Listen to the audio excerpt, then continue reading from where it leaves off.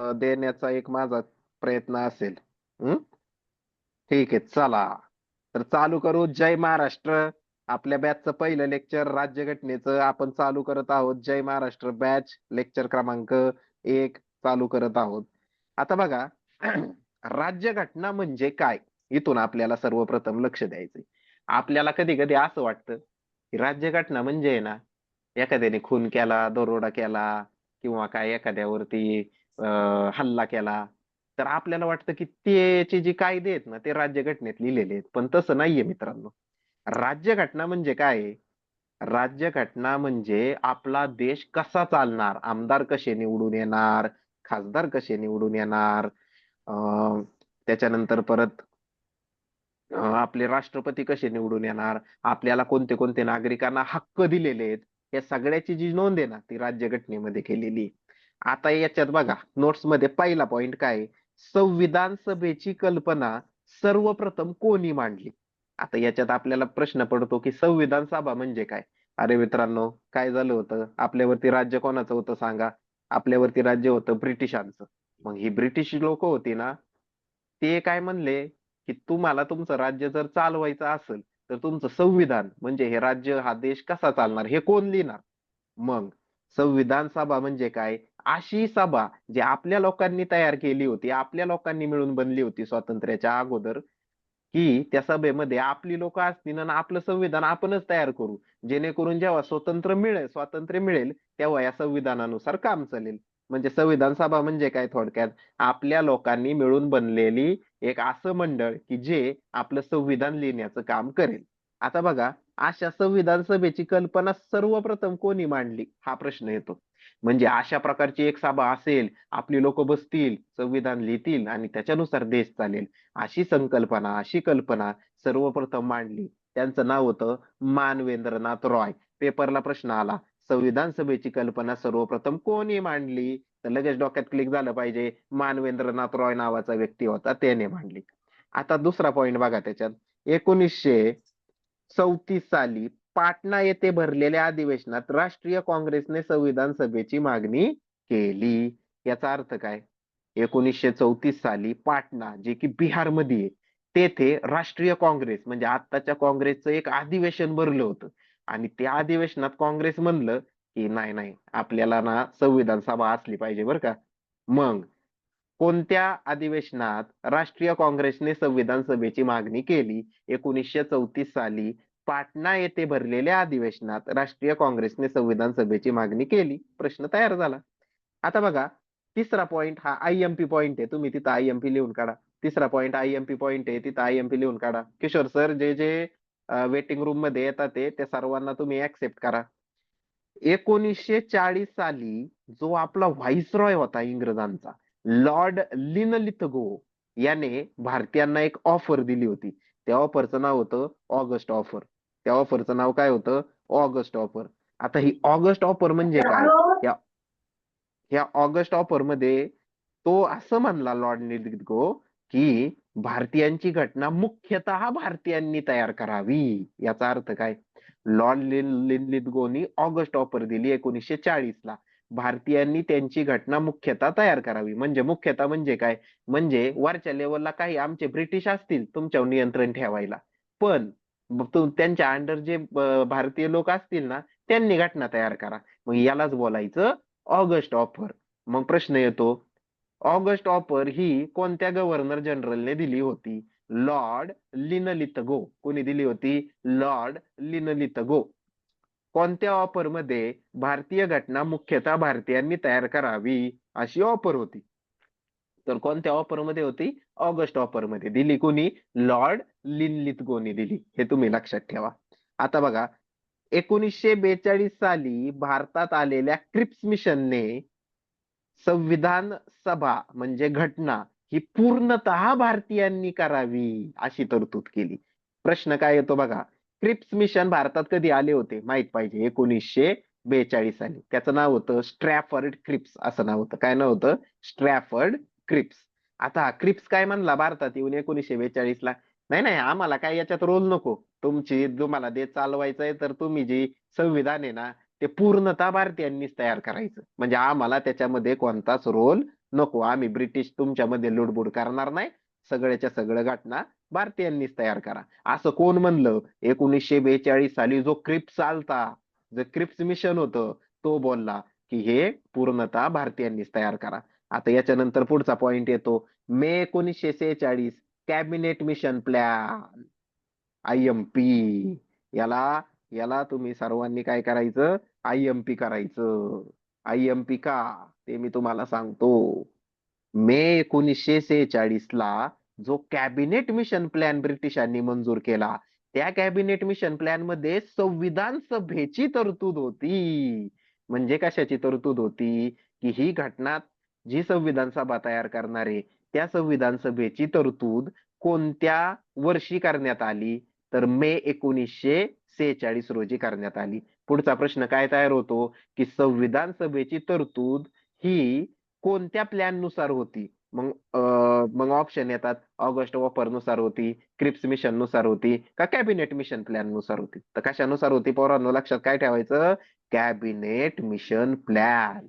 1946 साली कॅबिनेट त्या cabinet mission plan मध्ये संविधान सभेची तरतूद करण्यात आलेली होती. आता बघा, संविधान सभेची तरतूद तर केली मे 1946 ला, मग संविधान सभा स्थापन पण झाली. मग ह्या संविधान सभेची पहिली बैठक कधी झाली? हा एक प्रश्न येतो ना तिथं. बरोबर येतो का नाही? आता बघा, पेपरला प्रश्न येतो, संविधान सभेची पहिली बैठक कधी झाली? आपल्याला लक्षात पाहिजे, संविधान सभेची पहिली बैठक 9 डिसेंबर 1946 रोजी झाली. कधी झाली? 9 डिसेंबर 1946 रोजी. आता इथं फसवतात काय माहिती का? इथं 9 डिसेंबर 1947 लिहितात आणि आपल्याला वाटतं पहिला पर्याय बरोबर आहे. क्वालिटी सौरभ सरांनी शिकवले, आउट ऑफ मार्क येणार आपल्याला. पण आपण काय गफलत करतो? 1947 मार्क गेला, भरती गेली. असं करायचं नाही. ऑप्शन आले की लगेच पहिला ऑप्शन पटकन गिरवायचा आणि पुढे जायचं, पटकन गिरवायचं आणि मला गणिताला लय वेळ द्यायचा, असं करायचं नाही. एकदम सगळं सारासार विचार करून मनात घोळवूनच उत्तर लिहायची. तर बघा, संविधान सभेची पहिली बैठक 9 डिसेंबर 1946 रोजी भरली. संविधान सभेचे तात्पुरते अध्यक्ष कोण होते? तात्पुरते अध्यक्ष सच्चिदानंद सिन्हा. आणि उपाध्यक्ष कोण होते तात्पुरते? Frank Anthony. तर हे जे तात्पुरतं होतं ना, हे फक्त 9 डिसेंबर 1946 रोजीच होते. आता तुम्हाला गंमत सांगतो, हे जे तात्पुरता अध्यक्ष होते सच्चिदानंद सिन्हा, यांनी त्या दिवशी खूप पराठे खाल्ले होते, त्यांना जुलाब लागले. जुलाब लागल्यानंतर मग एक नवीन उपाध्यक्ष निवडले, त्यांचं नाव होतं फ्रँक अँथनी. जर प्रश्न आला, संविधान सभेच्या पहिल्या बैठकीला तात्पुरते अध्यक्ष कोण होते? सच्चिदानंद सिन्हा. आणि उपाध्यक्ष कोण होते? तर फ्रँक अँथनी होते. सिंपल. आता बघा, संविधान सभेमध्ये किती सदस्यांची तरतूद होती? आता बघा, इथं तुम्हाला 389 दिसतंय का? मी गिरवलंय बघा, ते संविधान सभेच्या पहिल्या बैठकीच्या डाव्या बाजूला. तर संविधान सभेमध्ये एकूण किती सदस्यांची तरतूद होती? तर 389 सदस्यांची तरतूद होती. लक्षात ठेवायचं. तर 389 सदस्यांचं बायफर्गेशन कसं होतं? तर त्याच्यातले जे 292 सदस्य होते, त्याच्यातले जे 292 सदस्य होते ते प्रांतामधून होते. प्रांतामधून होते. 4 जे सदस्य होते ते कमिशनरांच्या राज्यातून होते. आणि 93 जे सदस्य होते ते कशाचे होते रे? मुस्लिम लीगचे होते. बघा, एकूण सदस्य संविधान सभेत किती होते? 389. त्याच्यातले प्रांतातले किती होते? 292. कमिशनरांच्या राज्यातले किती होते? 4. आणि मुस्लिम लीगचे किती होते? 93 सदस्य होते. हे यांचं बायफर्गेशन होतं. हे तुम्ही कायम लक्षात ठेवायचं, हे टाळायचं नाही. आता चला, आता पुढे बघू. 9 डिसेंबर 1946 ला पहिली बैठक झाली आणि 11 डिसेंबर 1946 ला दुसरी बैठक झाली. पहिल्या बैठकीत तात्पुरते अध्यक्ष होते सच्चिदानंद सिन्हा. मग यांनी काय केलं? 11 डिसेंबरला एक कायमस्वरूपी अध्यक्ष निवडले. कायमस्वरूपी अध्यक्ष निवडले आणि त्यांचं नाव होतं डॉक्टर डॉक्टर राजेंद्र प्रसाद. काय नाव होतं त्यांचं? डॉक्टर राजेंद्र प्रसाद. बघा, हे लक्षात ठेवायचंय. संविधान सभेचे कायमस्वरूपी अध्यक्ष कोण होते? तर डॉक्टर राजेंद्र प्रसाद हे होते. आता बघा, जेव्हा संविधान लिहिलं जायचं त्यावेळेस अध्यक्ष असायचे डॉक्टर राजेंद्र प्रसाद. पण ज्यावेळेस कायदे तयार केले जायचे तेव्हा कोण अध्यक्ष असायचे रे? ज्यावेळेस कायदे तयार केले जायचे तेव्हा अध्यक्ष असायचे ग वा माळवणकर. कारण अध्यक्ष असायचं ग वा माळवणकर. बघा, संविधान सभेचे कायमस्वरूपी अध्यक्ष कोण होते? डॉक्टर राजेंद्र प्रसाद. संविधान सभेमध्ये जेव्हा कायदे तयार केले जायचे तेव्हा अध्यक्ष कोण असायचा? ग वा माळवणकर. हे नाव लक्षात ठेवायचे. आता बघा याच्यामध्ये पुढचा पॉइंट काय येतो? 31 डिसेंबर 1946 रोजी पंडित नेहरूंनी म्हणजे पंडित जवाहरलाल नेहरूंनी उद्देश पत्रिका मांडली. उद्देश पत्रिका म्हणजे काय? आपल्या राज्यघटनेमध्ये जी प्रास्ताविका दिली आहे ती प्रास्ताविका पंडित नेहरूंनी जी उद्देश पत्रिका मांडली त्याच्यावरती आधारित आहे. जर प्रश्न आला की आपल्या राज्यघटनेमध्ये जी प्रास्ताविका मांडली, जे मी तुम्हाला पुढे शिकवणार आहे, राज्यघटनेमध्ये जी प्रास्ताविका मांडली आहे ती प्रास्ताविका कोणी लिहिलेल्या उद्देश पत्रिकेवर आधारित आहे? तर लक्षात ठेवायचं, पंडित जवाहरलाल नेहरूंनी जी उद्देश पत्रिका मांडली 31 डिसेंबरला त्याच्यावर आपली प्रास्ताविका अवलंबून आहे. आता बघा, संविधान सभेचे कायदेशीर घटनात्मक सल्लागार कोण होते? हा जर प्रश्न पेपरला आला तर आपल्या लक्षात पाहिजे की बी एन राव, बेनेगल नरसिंह राव. काय नाव होतं त्यांचं? बी एन राव. हे आपल्या संविधान सभेचे कायदेशीर घटनात्मक सल्लागार होते. म्हणजे काय? घटनेमध्ये काय लिहायचं त्याचा सल्ला द्यायला एक व्यक्ती नेमला होता. त्या व्यक्तीचं नाव होतं बी एन राव. काय नाव होतं? बी एन राव. हे आता लक्षात ठेवायचंय. हे नाव खूप महत्वाचं आहे. बी एन राव, बेनेगल नरसिंह राव. ठीक आहे, चला आता आपण काय काय शिकलो ह्या पेज वरती याची आपण एक क्विक रिव्हिजन करू. चला, पहिलं आपण काय शिकलो? संविधान सभेची कल्पना सर्वप्रथम कोणी मांडली? आता मी जर असा प्रश्न विचारला तुम्ही मनातल्या मनात उत्तर द्यायचं मानवेंद्रनाथ रॉय. ठीक आहे. राष्ट्रीय काँग्रेसने संविधान सभेची मागणी कधी केली? 1934ला पाटणा येथे. ऑगस्ट ऑफर कोणाची होती? लॉर्ड लिनलिथगोची होती. कधी मांडली? 1940ला मांडली.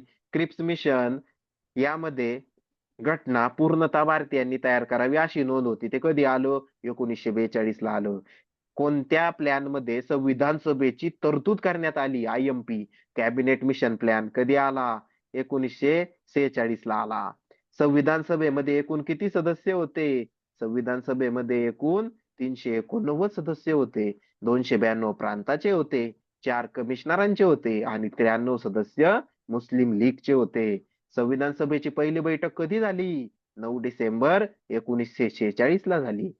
संविधान सभेचे तात्पुरते अध्यक्ष सच्चिदानंद सिन्हा, तात्पुरते उपाध्यक्ष फ्रँक अँथनी. संविधान सभेचे कायमस्वरूपी अध्यक्ष कोण होते? डॉक्टर राजेंद्र प्रसाद. कायदे तयार केले जायचे तेव्हा अध्यक्ष कोण होते? ग वा माळवणकर. पंडित नेहरूंनी उद्देश पत्रिका मांडली कधी मांडली? 31 डिसेंबर 1946ला मांडली. ही घटनेची प्रास्ताविका कोणी मांडलेल्या उद्देश पत्रिकेवर आधारित आहे? तर पंडित नेहरूंनी मांडलेल्या उद्देश पत्रिकेवर आधारित आहे. कायदेशीर घटनात्मक सल्लागार कोण होते? तर बी एन राव हे कायदेशीर घटनात्मक सल्लागार होते. चला तिथे एक पॉइंट लिहून घ्या, सर्वांनी लिहून घ्या. संविधान सभेचे उपाध्यक्ष कोण कोण होते? लिहून घ्या, लिहून घ्या. चला, काय लिहायचंय? संविधान सभेचे उपाध्यक्ष कोण कोण होते? सर्वांनी तो पॉइंट लिहून घ्यायचा. उपाध्यक्ष कोण कोण होते? मी तिथं लिहिलेलं नाहीये. पॉइंट लिहून घ्या. उपाध्यक्ष कोण कोण होते? लिहिलं का उपाध्यक्ष? त्याच्या पुढे 2 लावळ टाकायची. पहिलं नाव टाका एच. पहिलं नाव टाका HC Mukherjee. HC Mukherjee. Kishore sir add करा. जे जे वेटिंग रूम मध्ये आले सगळ्यांना ऍड करा किशोर सर. संविधान सभेचे उपाध्यक्ष कोण कोण होते? पहिलं नाव लिहा HC मुखर्जी. लिहिलं का? HC मुखर्जी. चला आता दुसरं नाव लिहा त्याच्यात. VT कृष्णमाचारी.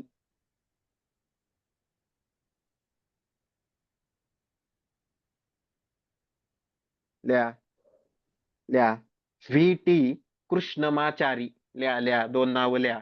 बघा, हे दोन व्यक्ती संविधान सभेचे उपाध्यक्ष होते. पहिलं कोण? एच. सी. मुखर्जी आणि दुसरं कोण? व्ही. टी. कृष्णमाचारी. बघा, हे एक दोन लिहून घ्या, तिथं लिहून घेतलंय ना? Okay, done. चला, मी पुढच्या पेज वर जातोय. आता सेकंड पेज चालू करायचंय आपल्याला. सेकंड पेज वरती जातोय मी.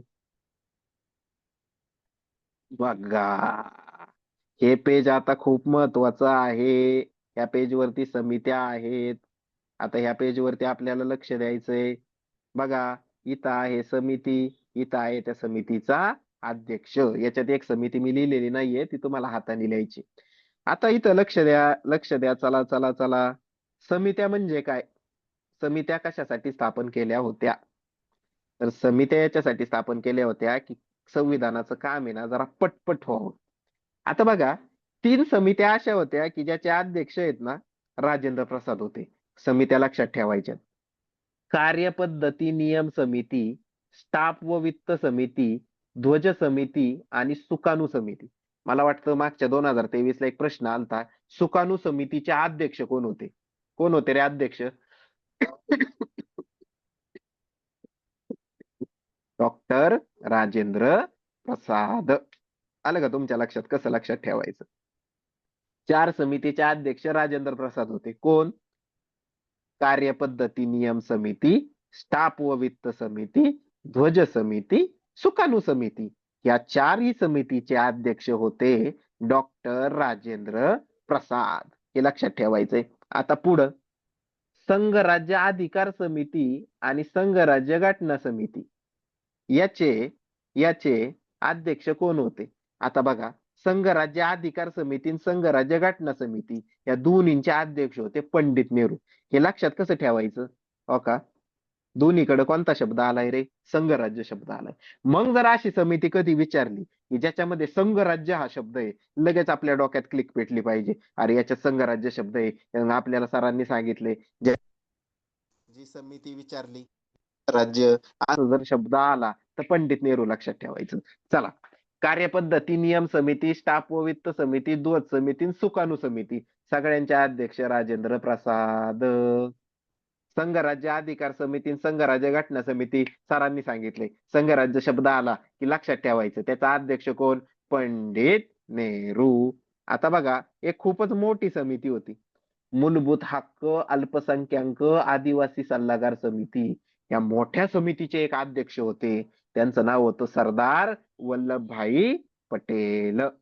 काय नाव होतं? सरदार वल्लभभाई पटेल.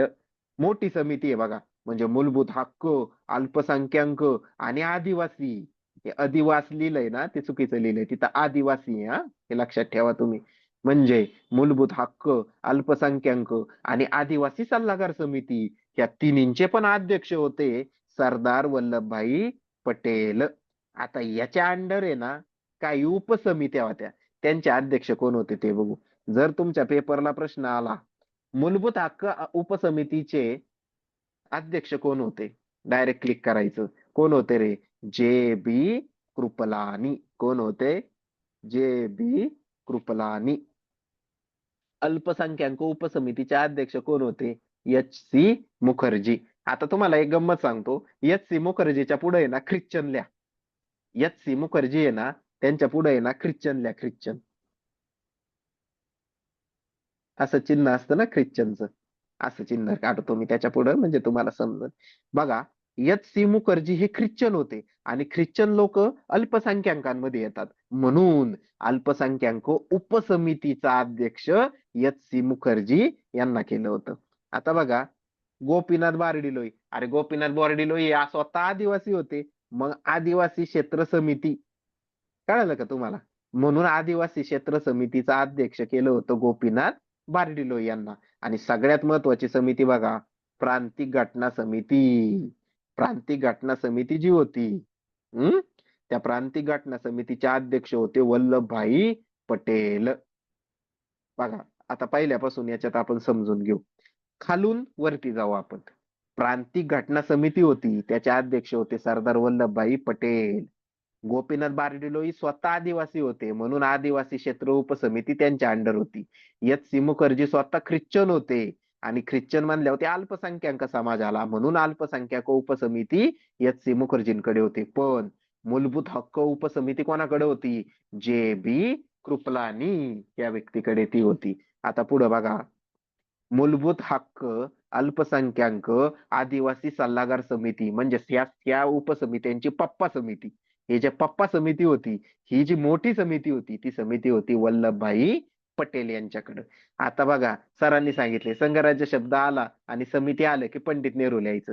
संघराज्य अधिकार समिती आणि संघराज्य घटना समिती कोणाची होती रे? पंडित जवाहरलाल नेहरू. आता 4 समित्या राजेंद्र प्रसादांकडे होत्या. कोणत्या होत्या? कार्यपद्धती नियम समिती, स्टाफ व वित्त समिती, ध्वज समिती आणि सुकाणू समिती. हे जी समित्या होत्या, त्या सर्व समित्या होत्या राजेंद्र प्रसाद यांच्याकडे. आता तुम्हाला इथं 2 समित्या एक्स्ट्रा लिहून घ्यायच्यात, कारण त्यात काय सवय एक्स्ट्रा लिहून घ्यायच्यात.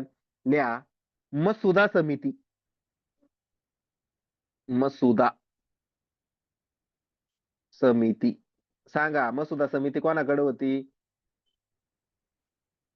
लिहा, मसुदा समिती कोणाकडे होती?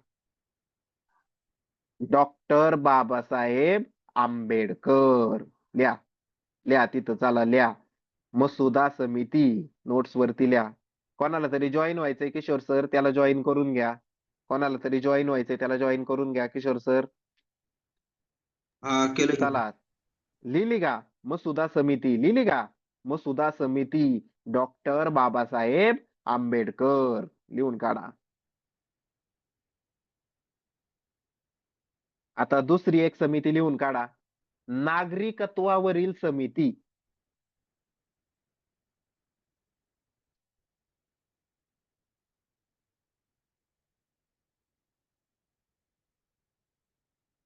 नागरिकत्वावरील समिती, त्यांचं नाव लिहा, एस वरदचार्यर. एस वरदचार्यर. नागरिकत्वावरील समिती, नाव लिहा त्यांचं, एस वरदचार्यर. मसुदा समितीचा अध्यक्ष कोण होतं? डॉक्टर बाबासाहेब आंबेडकर. आणि नागरिकत्वावरील जी समिती होती त्याचा अध्यक्ष कोण होता? एस वरदचार्यर.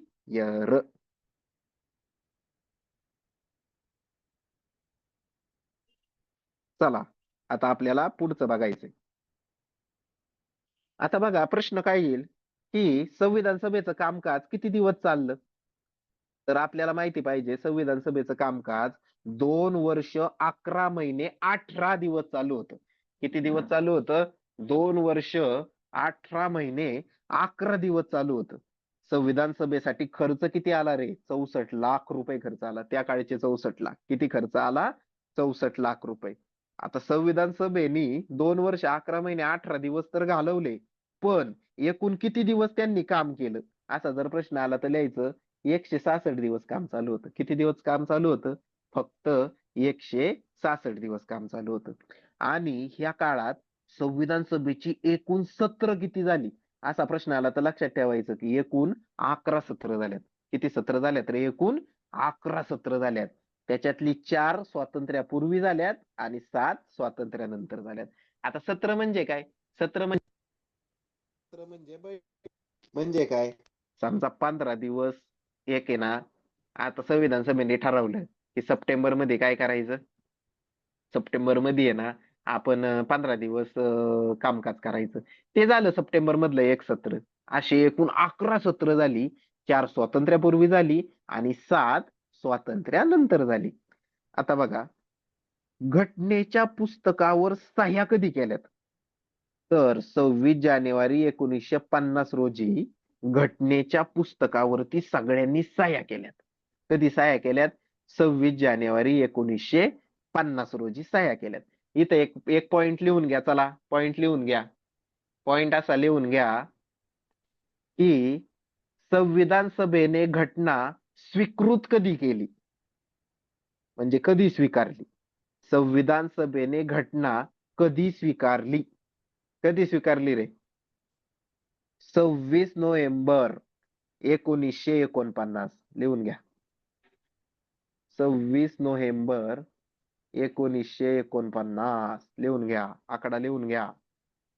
घटना स्वीकारली कधी? 26 नोव्हेंबर 1950 रोजी. आणि घटने तर 26 जानेवारी 1950 रोजी. म्हणूनच 26 जानेवारी हा दिवस आपण काय मानतो रे? प्रजासत्ताक दिन मानतो. लिहून घेतलं का? घटनेची स्वीकृती कधी केली? 26 नोव्हेंबर 1949 ला. आणि घटना चालू कधी झाली? तर 26 जानेवारी 1950 ला घटना चालू झाली आहे. आणि 26 जानेवारी 1950 रोजी घटनेच्या पुस्तकावरती सह्या केलेल्या आहेत. आता चला पुढचा पॉइंट बघू. इंग्लिश मध्ये राज्यघटना कुणी लिहिली? हाताने लिहिल्यात ना, या घटना हाताने लिहिल्यात. आता बघा, इंग्लिश मध्ये घटना कोणी लिहिली त्याचं नाव लक्षात ठेवायचं. प्रेम बिहारी नारायण रायजादा. काय नाव आहे त्याचं? प्रेम बिहारी नारायण रायजादा.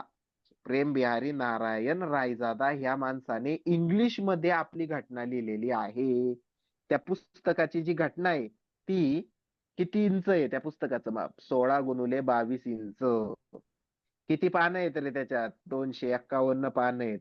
आता इंग्लिश मध्ये प्रेम बिहारी नारायण रायजादाने लिहिली आहे, पण हिंदी मध्ये घटना कोणी लिहिली आहे? वसंत वैद्य यांनी लिहिली. बघा, लक्षात ठेवा, महत्वाचा पॉइंट आहे. महत्वाचा पॉइंट आहे. इंग्लिश मध्ये घटना कोणी लिहिली? प्रेम बिहारी नारायण रायजादा. हिंदीत कोणी लिहिली आहे? तर वसंत वैद्य यांनी हिंदी मध्ये लिहिली आहे. लक्षात ठेवा. जी घटना आहे त्याच्या सजावटीचं काम कोणी केलंय? तर नंदलाल बोस यांनी केलंय. आणि जी प्रास्ताविका आहे त्या प्रास्ताविकेच्या सजावटीचं काम राम मनोहर सिन्हा यांनी केले. बघा, काय काय बघितलं आपण. सत्रकडे जा. सत्र बघा, सत्र किती झाली? 11 झाली. 4 स्वातंत्र्यापूर्वी, 4 स्वातंत्र्या, 7 स्वातंत्र्यानंतर झाली. घटनेची स्वीकृती कधी झाली? 26 जानेवारी 1949. घटनेची स्वीकृती कधी झाली? तर 26 नोव्हेंबर 1949. घटना लागू कधी झाली? 26 जानेवारी 1950. प्रेम बिहारी नारायण रायजादा यांनी इंग्लिश मध्ये घटना लिहिली आहे. हिंदी मध्ये कोणी लिहिली? वसंत वैद्य यांनी लिहिली. जी घटना आहे त्याच्या पुस्तकाचं माप काय आहे? 16 x 22 इंच. पानं किती आहेत? 251 पानं आहेत. प्रास्ताविकेची सजावट कोणी केली? राम मनोहर सिन्हानी केली. आणि घटनेची जी सजावट आहे ती कोणी केली? नंदलाल बोस यांनी केली. हे आता सर्व तुम्हाला माहिती पाहिजे. आता बघा, आता आपण डायरेक्ट जाऊ घटनेची प्रास्ताविका. घटनेची प्रास्ताविका. चला, आता आपण पुढचा पॉइंट घ्यायचा आहे. घटनेची प्रास्ताविका घ्यायची आपल्याला. चला, आता त्याच्यामध्ये मला एक सांगा, घटनेची प्रास्ताविका कोणत्या कलमामध्ये किंवा राज्यघटनेच्या कोणत्या भागामध्ये लिहिलेली आहे? असा जर तुम्हाला प्रश्न आला तर लिहायचं की घटनेची प्रास्ताविका ही घटनेच्या कोणत्याही भागात नाही किंवा कोणत्याही कलमात नाही, तर ती स्वतंत्र आहे. लिहून काढा.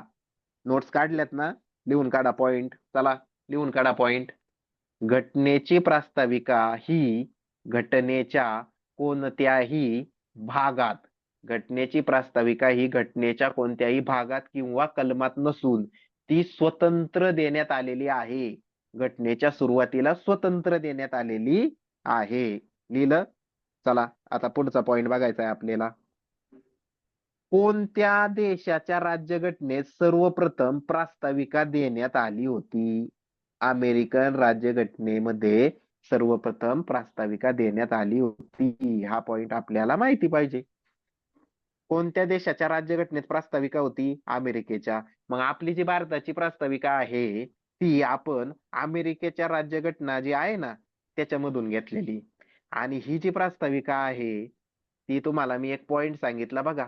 31 डिसेंबर 1946 ला पंडित नेहरूंनी उद्देश पत्रिका मांडली. त्या उद्देश पत्रिकेवर आधारित ही प्रास्ताविका आहे. पहिला पॉइंट तुम्ही लिहून काढला की ती स्वतंत्र आहे. आता दुसरा पॉइंट तुम्ही लिहून काढा. दुसरा पॉइंट लिहून काढा. चला, दुसरा पॉइंट काय लिहून काढणार की पंडित नेहरूंनी मांडलेल्या उद्देश पत्रिकेवर ही प्रास्ताविका आधारित आहे. लिहिला? पंडित नेहरूंनी मांडलेल्या उद्देश पत्रिकेवर ही प्रास्ताविका आधारित आहे. बघा, मी पण इथं तो पॉइंट कव्हर केलाय. पंडित नेहरूंच्या उद्देश पत्रिकेवर आधारित. आता या प्रास्ताविकेची सुरुवात काय आहे माहितीये का? आम्ही भारताचे लोक. लिहा, पॉइंट लिहून काढा. मी इथं दिलेला नाहीये तो पॉइंट. लिहा, आम्ही भारताचे लोक. डॅश प्रास्ताविकेची सुरुवात. कोणत्या शब्दांनी केली आहे प्रास्ताविकेची सुरुवात? आम्ही भारताचे लोक. लिहून काढा, प्रास्ताविकेची सुरुवात डॅश आम्ही भारताचे लोक याच्यावरती केलेली आहे. प्रास्ताविकेमध्ये शब्द काय आहेत बघा, प्रास्ताविकेमध्ये शब्द काय आहेत ते शब्द खूप महत्वाचे आहेत हा. सार्वभौम समाजवादी धर्मनिरपेक्ष लोकशाही गणराज्य म्हणजे काय? सार्वभौम म्हणजे काय? अरे आम्ही आमचे निर्णय घ्यायला स्वतंत्र आहे, आम्ही सार्वभौम आहे, आमच्यावर कोणाचा अंकुश नाहीये. समाजवादी म्हणजे काय? आम्ही समाजाचं कल्याण कसं होईल ते पाहतोय. धर्मनिरपेक्ष म्हणजे काय? आम्ही कोणत्याच धर्माला मानत नाही. हिंदू श्रेष्ठ नाही, मुस्लिम श्रेष्ठ नाही, ख्रिश्चन श्रेष्ठ नाही, बौद्ध श्रेष्ठ नाही, सर्व धर्म समभाव आहे. लोकशाही म्हणजे काय? लोकशाही म्हणजे लोकांचं राज्य आहे, निवडणूक पद्धती आहे. गणराज्य म्हणजे काय? गण म्हणजे लोक आणि राज्य म्हणजे राज्य. लोकांचं राज्य असणारी लोकशाही आमच्या देशामध्ये. धर्मनिरपेक्ष आहे, समाजवादी आहे, सार्वभौम आहे. शब्द लक्षात ठेवायचे. सार्वभौम समाजवादी धर्मनिरपेक्ष लोकशाही गणराज्य. आता ह्या प्रास्ताविकेमध्ये न्याय देण्यात आलाय. न्याय न्याय कोणता देण्यात आलाय? सामाजिक आर्थिक राजकीय न्याय. अरे सामाजिक न्याय आहे, कोणीच भेदभाव नाहीये. आर्थिक न्याय आहे, स्त्री पुरुषांना समान वेतन आहे. राजकीय न्याय आहे. राजकीय न्याय म्हणजे काय? स्त्री पण उभी राहू शकते, पुरुष पण उभा राहू शकतो, ब्राह्मण पण उभा राहू शकतो, मारमांग पण उभा राहू शकतो, लोअर पण उभा राहू शकतो. कळालं का तुम्हाला? न्याय कोणता दिलाय? सामाजिक आर्थिक राजकीय न्याय दिलाय. तुम्हाला स्वातंत्र्य कोणतं दिलंय? विचार म्हणजे विचार व्यक्त करायचं स्वातंत्र्य दिलंय. अभिव्यक्ती म्हणजे बोलण्याचं स्वातंत्र्य दिलंय. विश्वास म्हणजे कशावर विश्वास ठेवायचा त्याचं स्वातंत्र्य दिलंय. श्रद्धा कोणता पण देवावरती श्रद्धा ठेवायची त्याचं स्वातंत्र्य दिलंय. उपासनेचं स्वातंत्र्य म्हणजे काय? अरे मी हिंदू आहे पण मला ख्रिश्चनांची उपासना आवडली, मला चर्चमध्ये जायचंय, तो चर्चमध्ये जाऊ शकतो, याचं स्वातंत्र्य दिलंय. समानता म्हणजे काय? दर्जाची आणि संधीची समानता दिली आहे. ओय मुलींना भरती व्हायचंय तर मुलांना पण भरती व्हायचंय. तुम्हाला दर्जा, मुलींचा पोलीस कॉन्स्टेबल झाले, दर्जा सेमच आहे. संधी मुलींना पण सेम संधी आहे भरती व्हायची, मुलांना पण सेम संधी आहे. व्यक्तीची प्रतिष्ठा, एकता व एकात्मता. सर्वांनी एकतेने राहायचंय, एकात्मतेने राहायचंय. व्यक्तीची प्रतिष्ठा म्हणजे अरे तुमच्या स्वतःला काहीतरी प्रतिष्ठा आहे ना, व्हॅल्यू आहे ना, की तुम्हाला कोणी येऊन शिव्या देऊन जाते, मारहाण करतय, तुमचा अपमान करतय का? नाही. व्यक्तीची प्रतिष्ठा हे तत्व तुम्हाला प्रास्ताविकेमध्ये दिसतं. म्हणजे तुमच्या सर्वांना प्रतिष्ठा आहे ते तिथं दिलेलं आहे. आता याच्यामध्ये बघा, खाली मी IMP केलंय बघा, काहीतरी दिसलं का तुम्हाला? IMP. IMP काय आहे? तर एक घटना दुरुस्ती झाली, 42वी घटना दुरुस्ती झाली 1976 ला. आणि ह्या घटना दुरुस्तीद्वारे प्रास्ताविकेमध्ये बदल करण्यात आला. घटना दुरुस्ती झाली म्हणजे काय? अरे या राज्यघटना जी लिहिली ना संविधान, त्याच्यात प्रास्ताविकेमध्ये काहीतरी आपल्याला बदलायचंय बरं का. मग हा जो बदल करण्यात आला त्याला बोलायचं दुरुस्ती. आणि घटनेत करण्यात आली, संविधानात करण्यात आली म्हणून बोलायचं घटना दुरुस्ती. मग जर प्रश्न आला की प्रास्ताविकेमध्ये कोणती घटना दुरुस्ती करण्यात आली ती कधी झाली? 42वी घटना दुरुस्ती करण्यात आली. कधी झाली रे? 1976 ला झाली. या घटना दुरुस्तीद्वारे काय करण्यात आलं? तर 3 नवीन शब्द टाकण्यात आले. कोणते 3 नवीन शब्द टाकण्यात आले? समाजवादी धर्मनिरपेक्ष एकात्मता. ह्या पॉइंट तुम्ही व्हेरी IMP करून ठेवा. व्हेरी IMP करून ठेवा. काय? 42वी घटना दुरुस्ती 1976 ला झाली. त्याच्याद्वारे घटनेमध्ये कोणते 3 नवीन शब्द टाकण्यात आले? समाजवादी धर्मनिरपेक्ष एकात्मता. हाय तुम्हाला तोंडपाठच पाहिजे, हे IMP करून ठेवा. आता आहे ना, घटनेवरती आहे ना, ह्या प्रास्ताविकेवरती 2 खटले पडले. खटले म्हणजे केस झाल्या. पहिलं काय होतं?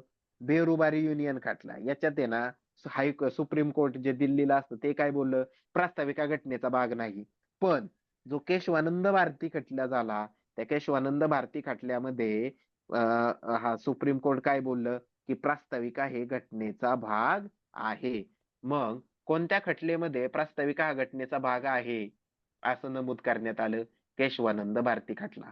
प्रास्ताविकेची सुरुवात कोणत्या शब्दांनी होते? आम्ही भारताची लोक. प्रास्ताविका कशावर आधारित आहे? पंडित नेहरूंच्या उद्देश पत्रिकेवर आधारित आहे.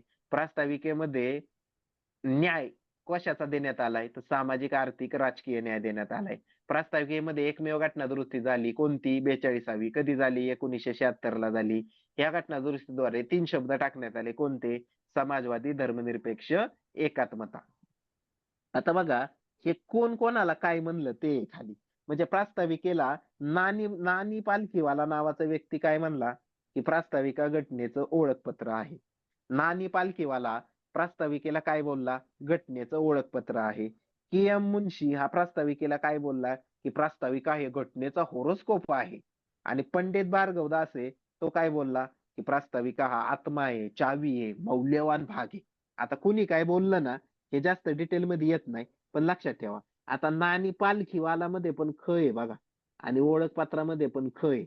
मग ते तसं लक्षात ठेवा. पालखी ही ओळख, ख ख. आलं का लक्षात, ख ख लक्षात ठेवा. मुन्शी काय बोलला, होरोस्कोप. लक्षात काय ठेवायचं, मुन्शीचा होरोस्कोप. आणि पंडित भार्गवदास काय बोलला, आत्मा आहे, चावी आहे, मौल्यवान भाग आहे. असं लक्षात ठेवायचं. पालखीवाला ओळखपत्र, मुन्शीचा होरोस्कोप. पंडित भार्गवदास तो पंडित आहे, तो काय बोलला, आत्मा, चावी, मौल्यवान भाग. आलं तुमच्या लक्षात. ही याला बोलायचं घटनेची प्रास्ताविका. आता आता आपण खाली जाऊ. कोणतं राज्य कधी स्थापन झालं, प्रास्ताविका तुम्हाला कळाली. आता हा आपला लास्ट पॉइंट आहे. महाराष्ट्र राज्याची कधी स्थापना झाली, जय महाराष्ट्र बॅच वाल्या सगळ्या विद्यार्थ्यांना माहित पाहिजे की महाराष्ट्र राज्याची स्थापना कधी झाली. महाराष्ट्र राज्याची स्थापना झाली 1 मे 1960 रोजी. बॉम्बे प्रांताचं विभाजन करून महाराष्ट्र व गुजरात या दोन राज्यांची स्थापना करण्यात आली.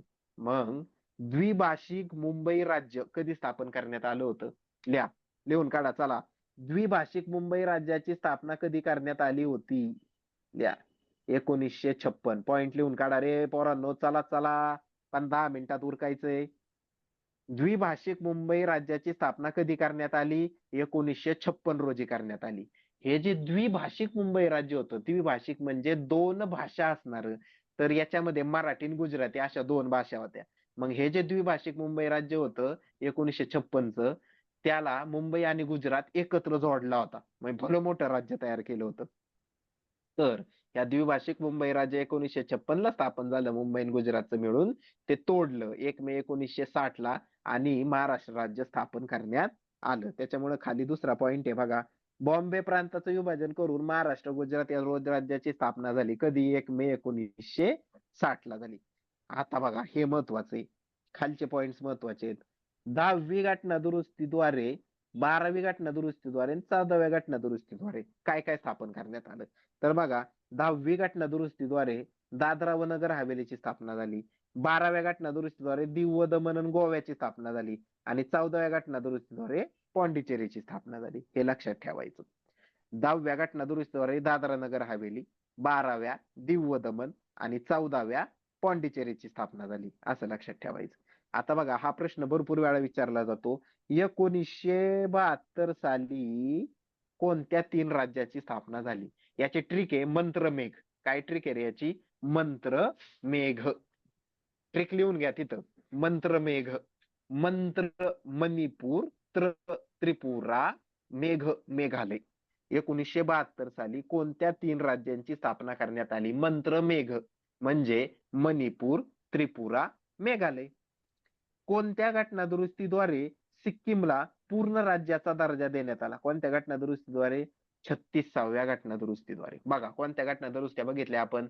10व्या घटना दुरुस्तीद्वारे कशाची स्थापना झाली बाळांनो, कशाची स्थापना झाली, नगर, दादरा व नगर हवेली. 12व्या घटना दुरुस्तीने कशाची स्थापना झाली, दीव दमण गोवा. 14व्या घटना दुरुस्तीद्वारे पॉंडिचेरीची स्थापना झाली. 1972 साली काय झालं, मणिपूर, त्रिपुरा, मेघालय, मंत्र मेघ 3 राज्यांची स्थापना झाली. कोणत्या घटना दुरुस्तीद्वारे सिक्कीमला पूर्ण राज्याचा दर्जा देण्यात आला, 36व्या घटना दुरुस्तीद्वारे. चला 1987 ला जायचं आपण. 1987 ला कोणत्या 2 राज्यांची स्थापना करण्यात आली, मिझोराम व अरुणाचल प्रदेश. या सगळ्यांची मी तुम्हाला शेवटी एक ट्रिक देणार आहे, ती ट्रिक लक्षात ठेवायचे. पण हे लक्षात ठेवा तुम्ही, 1987 ला कोणत्या 2 राज्यांची स्थापना करण्यात आली, मिझोराम, अरुणाचल प्रदेश. 2000 साली कोणत्या 3 राज्यांची स्थापना झाली, छत्तीसगड, उत्तरांचल, झारखंड. छत्तीसगडची स्थापना कोणत्या राज्यापासून झाली? मध्य प्रदेश पासून झाली. भारताचा मॅप स्टडी करा. छत्तीसगडच्या वरती मध्य प्रदेश आहे. उत्तरांचलची स्थापना उत्तर प्रदेश पासून झाली. उत्तर प्रदेशच्या वरती बघा उत्तरांचल आहे. आता उत्तरांचलच नाव उत्तराखंड केलंय. आणि झारखंडची स्थापना झाली बिहार पासून. बाळांनो, हे खूप बेसिक आहे, हे तुम्हाला माहिती पाहिजे. आणि शेवटचा पॉइंट आयएमपी करा बाळांनो, आयएमपी करा, आयएमपी करा. 2 जून 2014 तारीख लक्षात ठेवायची. 2 जून 2014 आंध्र प्रदेश पासून तेलंगणाची निर्मिती झाली. आणि मग आता किती राज्य आणि किती केंद्रशासित प्रदेश आहेत? 28 राज्य आहेत आणि 8 केंद्रशासित प्रदेश आहेत. किती राज्य आहेत? 28 राज्य आहेत, 8 केंद्रशासित प्रदेश आहे. चला पटपट बघू. 10वी घटना दुरुस्ती दादरा नगर हवेली. 12वी दीव दमण गोवा. 14वी पॉंडिचेरी. 72 साली 3 राज्य स्थापन झाली. मंत्रमेघ, मणिपूर, त्रिपुरा, मेघालय. कोणत्या घटना दुरुस्तीद्वारे सिक्कीमला पूर्ण राज्याचा दर्जा देण्यात आला? 36वी घटना दुरुस्ती. 1987 साली कोणती 2 राज्य स्थापन झाली? मिझोराम, अरुणाचल प्रदेश. 2000 साली 3 राज्य स्थापन झाल्यात. छत्तीसगड, उत्तरांचल, झारखंड. छत्तीसगड मध्य प्रदेश पासून, उत्तरांचल त्यालाच उत्तराखंड म्हणतात उत्तर प्रदेश पासून, आणि झारखंड झाले बिहार पासून. आंध्र प्रदेश पासून तेलंगणा कधी निर्माण करण्यात आला? 2 जून 2014 रोजी बाळांनो निर्माण करण्यात आला. आता चला सगळ्यांनी मोबाईल जरा उलटे धरा, उलटे धरा. आता एक ट्रिक आहे बघा, ट्रिक आहे, मी खून करतोय तशी ट्रिक लक्षात ठेवायची. नाग, हार, हिप, मंत्रमेघ, सिमी आग छौला, झारीतून तेल आणून दे. नाग हार, नाग हार हिप, मंत्रमेघ, सिमी आग छौला, झारीतून तेल आणून दे. काय ट्रिक आहे बघा. दिसते का तुम्हाला सगळ्यांना ट्रिक? दिसते का माझ्या बाळांनो? तुम्हाला ट्रिक दिसते का बाळांनो? काय ट्रिक आहे? काय ट्रिक आहे बाळांनो? नाग, हार, हिप, मंत्रमेघ, सिमी आग छौला, झारीतून तेल आणून दे. नाग म्हणजे नागालँड, हार म्हणजे हरियाणा, पंजाब, चंदीगड. आता बघा, हरियाणा आणि पंजाब 2 राज्य आहेत, त्यांची एकच राजधानी आहे चंदीगड. नाग, हार, हिप म्हणजे काय? हिमाचल प्रदेश. मंत्रमेघ मगाशी सांगितलं तुम्हाला, मणिपूर, त्रिपुरा, मेघालय. सिमी म्हणजे सिक्कीम, आणि अग म्हणजे अरुणाचल प्रदेश आणि गोवा. छौला झारीतून तेल आणून दे. छ म्हणजे छत्तीसगड, उ म्हणजे उत्तराखंड, झा म्हणजे झारखंड, आणि तेल म्हणजे तेलंगणा. बघा कशी ट्रिक आहे. नाग, हार, हिप, मंत्रमेघ, सिमी आग छौला, झारीतून तेल आणून दे. नागालँड, हरियाणा, पंजाब, चंदीगड. हिप म्हणजे हिमाचल प्रदेश, मंत्रमेघ म्हणजे मणिपूर, त्रिपुरा, मेघालय. सिमी म्हणजे सिक्कीम, मिझोराम. अग म्हणजे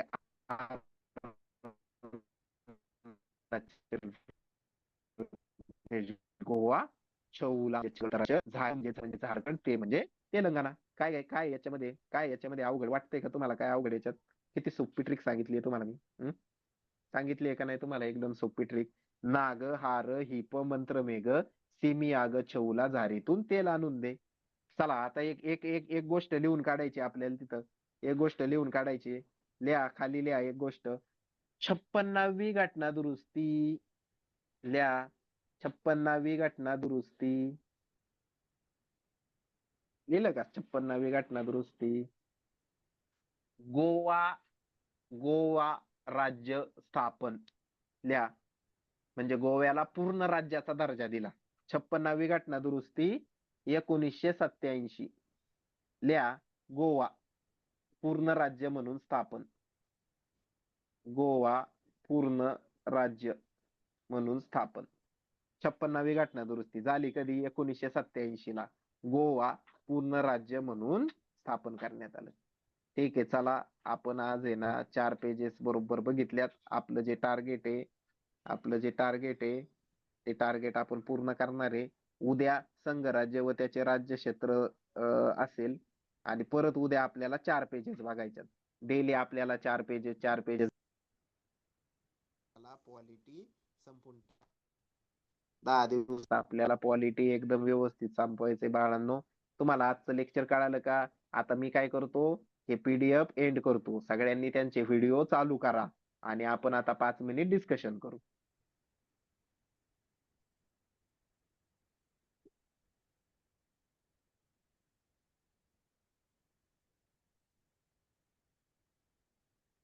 दिसतोय का सगळ्यांना मी? म्यूट काढा सगळ्यांनी. 12 12 दिसतंय 13 लोक दिसतंय.